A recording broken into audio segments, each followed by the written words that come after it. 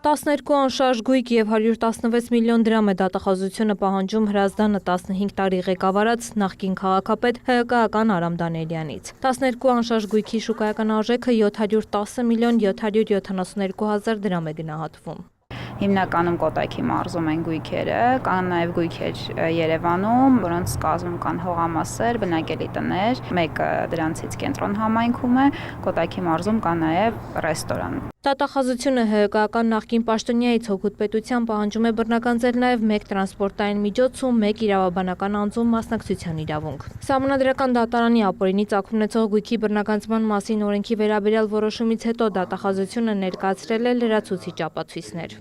Սահմանադրական դատանի որոշմամբ, ինչպես գիտենք, երկու ուղենիշեր սահմանեց եւ նպատակներ՝ կոռուպցիայի դեմ պայքար եւ հանցավորության դեմ պայքար։ Հանցավորության դեմ պայքարի համատեքստում մենք դիտարկել ենք 2015-ից 18 թվականներին ենթադրյալ հանցավոր արարքը վերաբերում էր Արամ Դանիելյանի կողմից պաշտոնական լիազորությունները չարաշահելուն եւ համայնքի հողի հարկ եւ գույքահարկ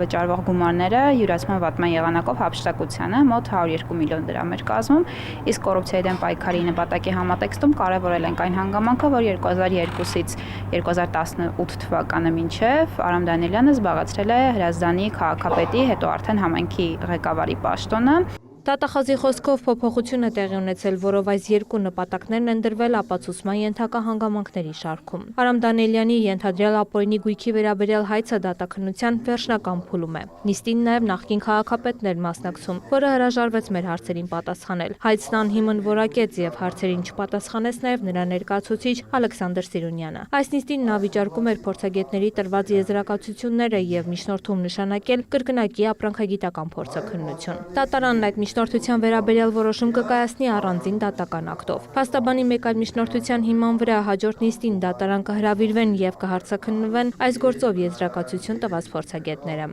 Տաթև Խաչատրյան, Արման Թովմասյան, լուրեր։